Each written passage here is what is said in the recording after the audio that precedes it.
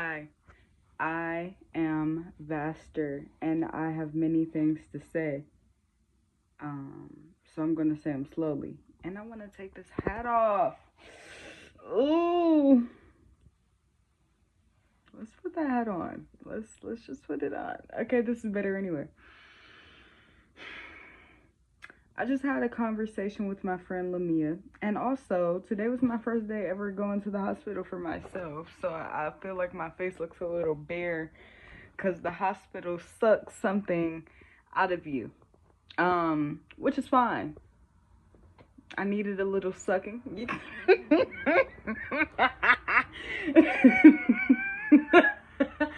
I'm gonna leave that in. Yeah, whatever.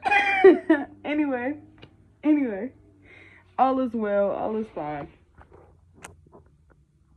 Y'all, I thought I was finna lose a damn kneecap. I was not doing too well, but I was. Fear was high.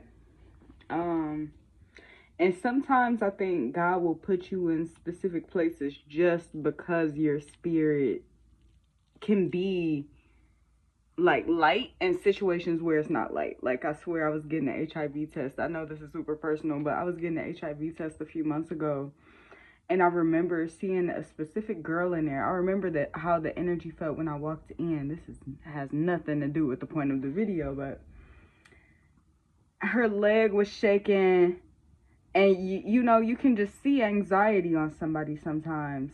And I kind of got like a nudge, like, you're good, but we got you here for a reason. Like, because I came in smiling. I came in like a neutral. I didn't come in a state of worry. Like, I don't even think I really had a new part. I didn't come in with a health scare. I just came in to make sure that I was safe, because I'm like, I want to start doing the do, and I just want to make sure that I'm good. So, like, if something is going on, I'm not bringing it to the next person and blaming that person when it wasn't that person. Now we two people in an effed up situation because I didn't know, but sometimes God will put me in specific situations to be a good omen, because I can be pretty carefree, but when I'm not, I'm not.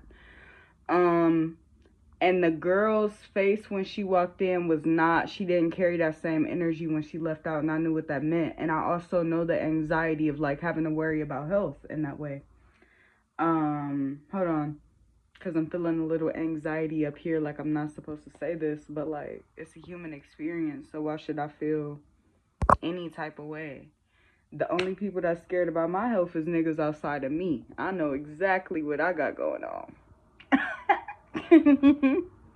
Clean as a whistle. Clean as a queen. Anyway, I ain't gotta prove that shit. Anyway. Alright, guys, center me. Okay. Because I don't like being worried about what I say.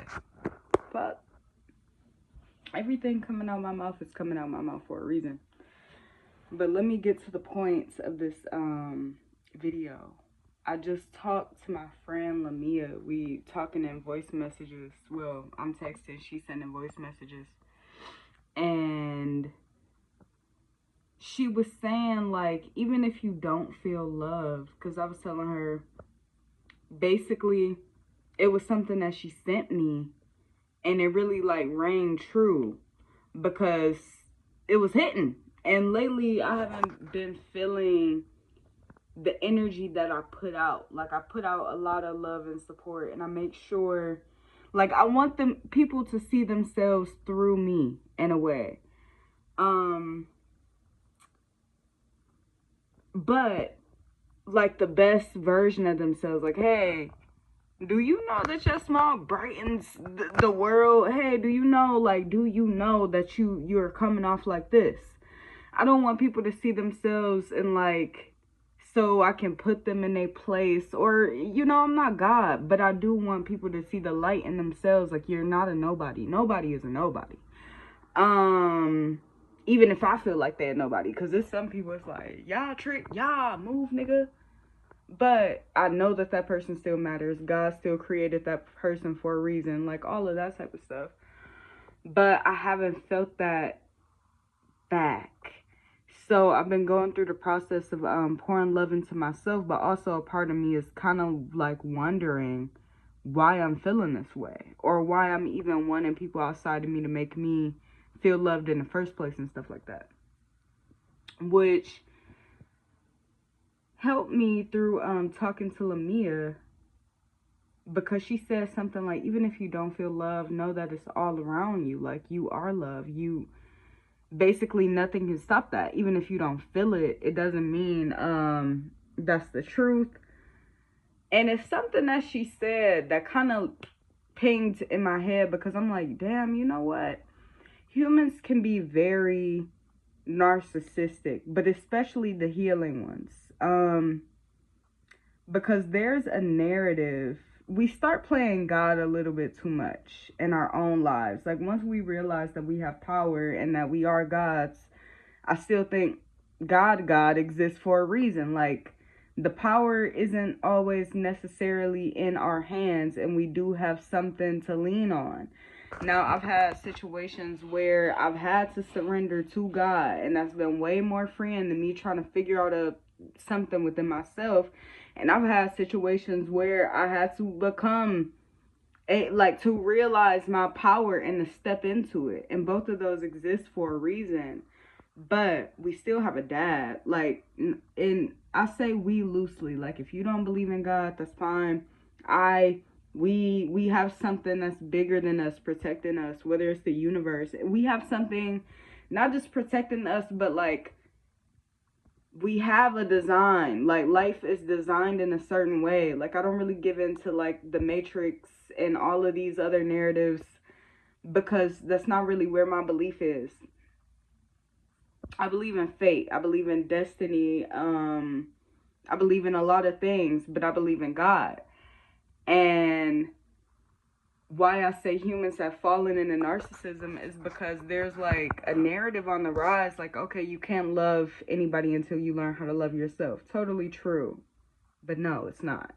No, it's not. It's so much so, I saw a post earlier where I kind of saw something like that, and it made me cry. Like, I sat that phone down, because it's like, in a way I felt like it was the truth, but in a whole different way I felt like it was a lie. Because I say this a lot lately, and I mean it, but one size never fits all. And why would it be? What do you mean we can't love until we love ourselves? I get it. I get why that narrative exists. Like, I've said a lot of things that contradict, because one size and one truth doesn't fit all. Hold on, because I want to dig into something that I said to my little cousin the other day, which was, I'm glad that God didn't give me, like, that I didn't have the one earlier.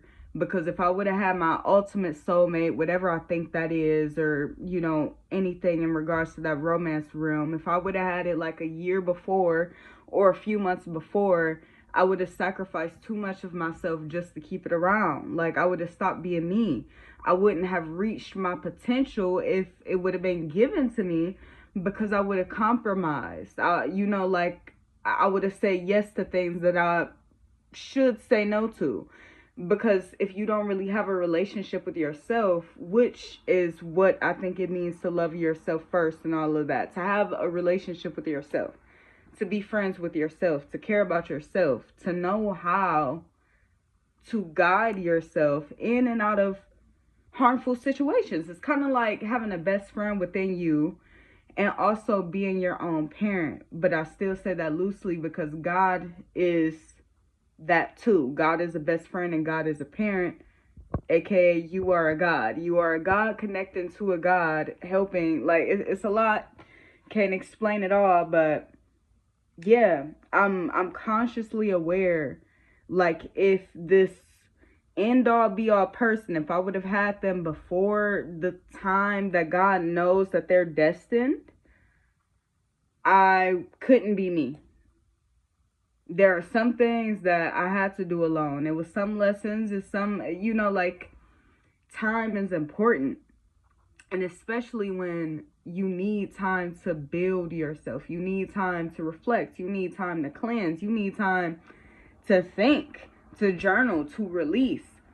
If I would have had a person, all of my time probably would have been towards that person. Like, even now, being a boxer, I don't really want to date. Like, I really, really do want to date, but it's just like, mentally, my ideal version of a date is somebody, me laying down and then massaging me, and there's nothing wrong with that, but like, how do I balance this desire to be like intimate, soft, and dang near a couch potato, like this desire to do nothing, and plus this will to be somewhere.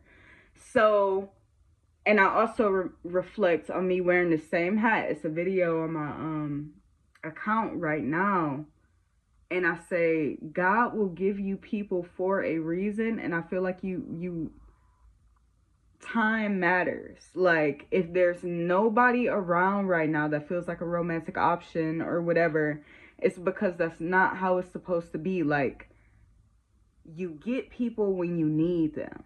Like, things can definitely be seasonal like that. I have flown back and forth and ping ponged, but yeah, just know I have a lot of thoughts and a lot of meditations on this type of stuff. But I'm still gonna circle it back around to, what do we mean? I can't love until I love me first, or you can't love somebody until you love yourself first. The closest thing that I can grasp that would be the reason that that statement exists is what I mentioned before, like knowing how to be a friend to yourself and knowing what boundaries you have. Like, specifically for me, sex. I've had a situation where I was in a dynamic with a guy who was significantly older than me. Like, our age gap was literally like 21 or 22 years apart. And this was happening last year. And I remember, I guess I didn't know what love was. So he convinced me that love and sex has something to do with one another, and they didn't. Like, I remember the moment when I kind of became unbrainwashed by our dynamic, and I'm like, oh, this nigga does not care about me. Like, I'm like, oh, now I know this isn't love, because you wouldn't say that specifically. You know, like, a person who loves you, and everybody's love language is different. Everybody's version of love is different. But, like, he saw me in a vulnerable position. Like, I was literally crying in the middle of sex. And not crying because it felt good. Crying because, like, my spirit felt like it was breaking a little bit. And he asked me, like, do you love me? I'm like, I thought I did. But basically, I said no. And then I started crying because I realized, damn, I don't love you. I don't love you. And I miss somebody else. Like, oh my gosh, it's a whole different Pookie that I actually did love. And I don't went back to you. And then I'm like, damn. Do you know, this person told me to flip over in the middle of me crying during sex. He's like, oh, don't cry, don't cry. Flip over. Like, I don't want to see your crying face anymore. Y'all, I kicked that nigga out of me. Not just off me, out. He was still in. Because I came to my senses. I didn't have no nut involved. Nutty in the head before nutty down there. I'm like, oh. Light bulb moment. Thanks for that. Boop. You know? But things like that is why we need to know what love is.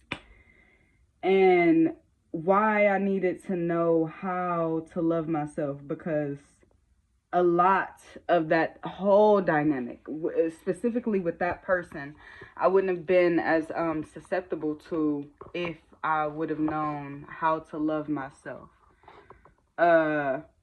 Which is sad to say, but it's not, because I needed the experience.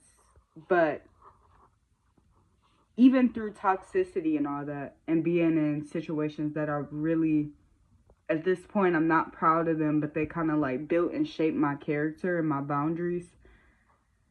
I needed that, but I still disagree. Like, with the you need to know how to love yourself first thing, because you can love people to life. You can love people into loving themselves. But it's not your responsibility. Like, it's a thin line.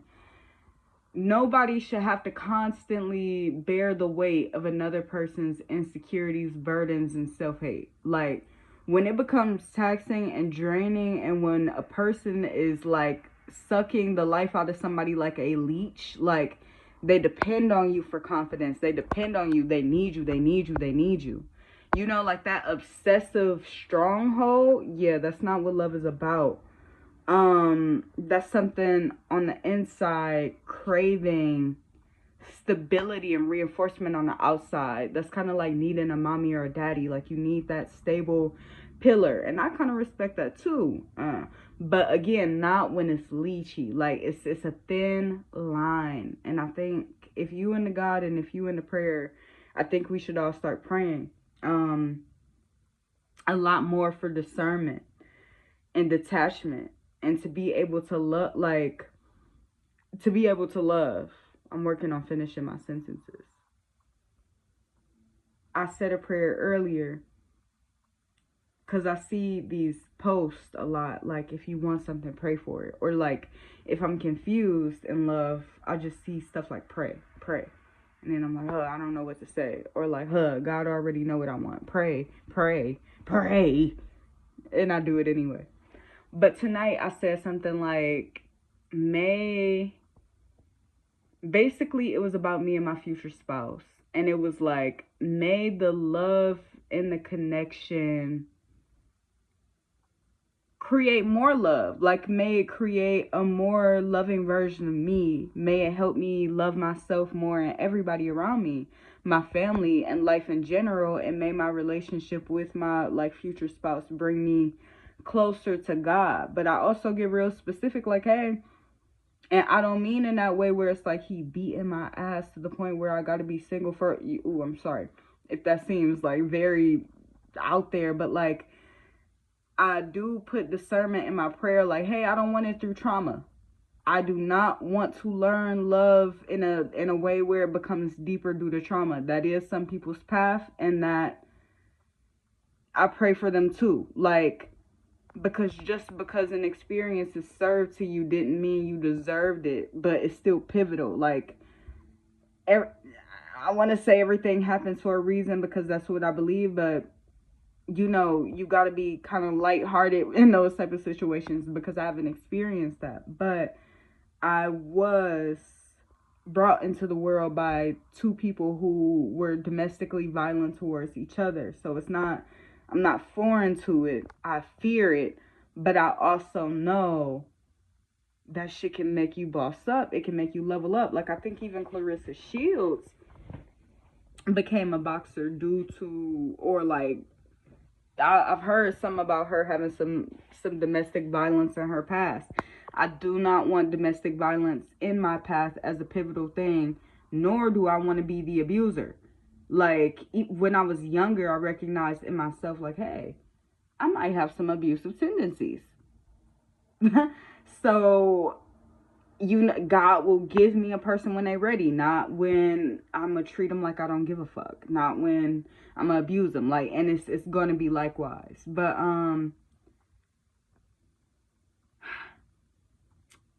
I've went everywhere with this. I went in a full circle, and hopefully I've made the point that I was supposed to make. I put on a shirt to talk to y'all. Super Mario, where's Toad at? It's time to level up. But yeah, love. It is everywhere. It can be taught to you through anything and everything. Through kids, through old people, not just through romance, but that's the one that I tend to fiend for the most. So it circles back, and that's okay, because when I get it, I probably won't even give a fuck about it. Like, I won't be obsessed about it. I'll honor it, but it'll just be like, yeah, that's my husband. Anyway, about this Barbie movie, like, it won't, it won't be a make or break. It'll be a stabilizer. It'll be there. And it'll be magical. It'll be beautiful. Don't get me wrong. I deserve it. But it won't make or break me. And I guess, I don't know. I felt like it was time to make a little TED talk. Love can find you at any point. Through sickness, through health. But when I hear that, this is my last part, I think. When I hear that term, like, you can only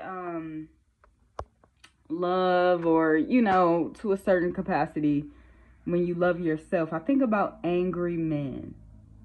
I know a lot of, like, bitter, crotchety people and angry people. And I myself can be a crotchety person.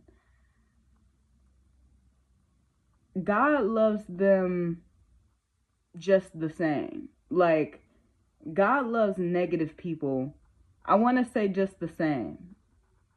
I have a bias, so it's not easy for me to say that, but nobody is exempt from love, not even demons. People fall in love with demons all the time. People fall into attachment and lust with demons all the time. Love and attachment and lust is different, but I've seen it happen all the time. So to say that, like, it's enough room for everybody to be loved, but I think sometimes love, when it comes to romance, can be lost in translation with, like, this is supposed to last forever. And everything can't last forever. Everything can't last forever because you don't know the future or the fate of that person that you want to be attached to so bad. Y'all could be going through two different roads. God knows when a person could cheat on you and bring something back to you that's itchy and scratchy forever. You know, things can be very okay at one point and not be okay a few months, a few weeks down the road. We are all having our own will and our own, like, we have our own paths, and God blesses some people on earth that can and are together. They will be together forever in the next lifetime until they don't need each other anymore.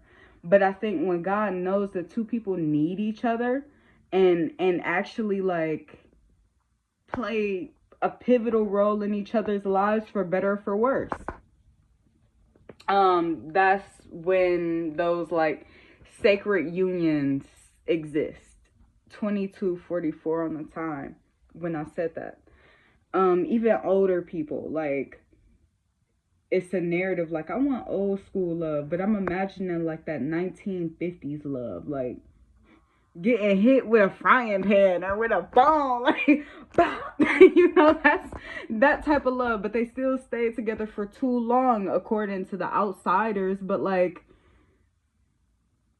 the relationship is more than just the romance that they had with one another. Like, that relationship consisted of how that man is as a grandfather, how that woman is as an aunt to his people. Like, it goes much deeper than just two people, because it's a union of, like, two souls, two families merging with one another. And I've heard that down low lately too. Like, whoever you marry, that family stuff kind of becomes your stuff, which is scary because I'm so me that it's scary to think about the fact that I got to deal with somebody other than my future spouse. You telling me I got to deal with that bullshit too?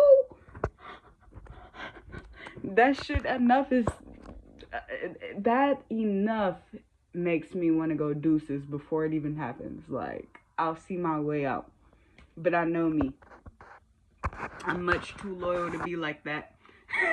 I'll stick around. I'll try to stick it out until I can't, until I don't want to. But if it's meant to be, God will make you stick it out. But let's go back to how influential a relationship can be on the people around it. So, say everybody hates a cheater, right? We hate to hear, like, oh, this person cheated on this person. Oh, it hurt so bad. Why did they stay in that relationship? And the relationship can last for however long it's supposed to, or however long the two people allow it to, for better or for worse. Now, some people, and within that family dynamic, who know that one person cheated on the other, they're gonna cause hoopla. Like, what the fuck? We hate this person. Why are they still around? You know, it's a big thing, but it's gonna be at least two people in that family dynamic that are probably positively impacted by that person being around. And I swear, it'd be a random niece, it'd be a random nephew. Like, no matter how bad the dynamic can be, somebody is still benefiting from that person being around. The worst person that you know may be somebody's favorite person. And I do believe that unions exist to benefit more than just that couple. I feel like I've rammed into this topic over, like I've said the same thing over and over again, but that's because I believe it. And I can literally see, like, in my mind's eye, I see a girl holding ice cream and like something about $5. Like, every time Auntie Sandra's husband came around, he gave me $5 for ice cream, and he told me I was gonna be something when I grew up, and that's enough. That's enough. Like, God needed that man to be a seed planter to this girl. You know, like, that's not all it is, but people benefit from other people constantly. So love can exist no matter if you love or hate yourself, but as soon as you start using it as a clutch and as a lifeline, it becomes overbearing because a person is being siphoned from. Like, your universe can't really revolve around one person. And that's kind of like, having that type of devotion to one person kind of sucks because you kind of neglect everybody around you who loves you already, including the dog, the fish that was home when you left. You know, like, it's people that care about you before and after you get what you want in that romantic way. And I want to remember that for myself so that I don't neglect the people around me. And also, there is a tendency for people to choose their spouse over their kids if they don't have enough self-love. And to be a kid, the child who has to be raised by a person that is not being chosen. Like, you created me, yet you're choosing the spouse over me. That hurts. So yeah, it is important to know how to love yourself, because it allows you to love things and people deeply. Like, it allows you to recognize what matters and not have such a one-track mind on this specific person and what they bring to the table and how they make you feel. Because, yeah, that's important, but life is ongoing. Like, it's a lot to this shit. But anyway, bye.